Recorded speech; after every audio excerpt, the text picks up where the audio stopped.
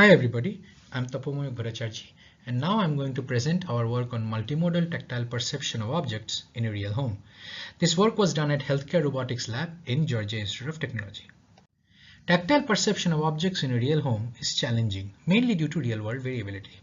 For example, an object's placement in a surrounding could affect force and motion sensing, due to factors such as an object may rest on different surfaces or it may come in contact with other objects in its vicinity during movement. Also, environment factors such as sunlight, heating, ventilation, air conditioning, as well as refrigeration can affect the thermal sensing modality. Therefore, in this work, we want to explore the role of these multiple sensing modalities for tactile perception in a real home.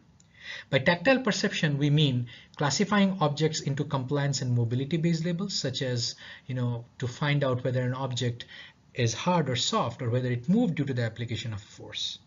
We are also interested in classifying objects based on its material as well as distinguishing the objects themselves.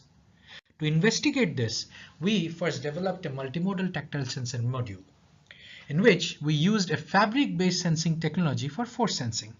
The fabric-based sensing technology used a resistive fabric which was sandwiched between two conductive fabrics for force sensing.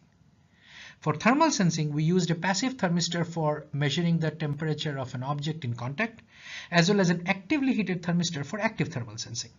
We also had microphones and accelerometer in the multimodal tactile sensor module, but we didn't use this in this paper.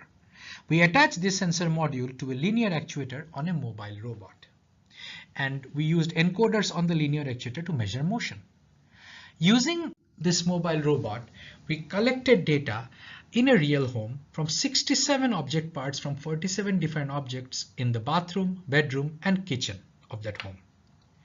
We collected data by commanding the linear actuator to push against each of these object parts with different velocities for multiple times at different times of the day over a 3-day period. This led to around 1,340 pushing episodes. We applied various data-driven methods and we found that irrespective of the data-driven methods used, both force and motion modalities were informative for categorizing objects into compliance and mobility-based labels.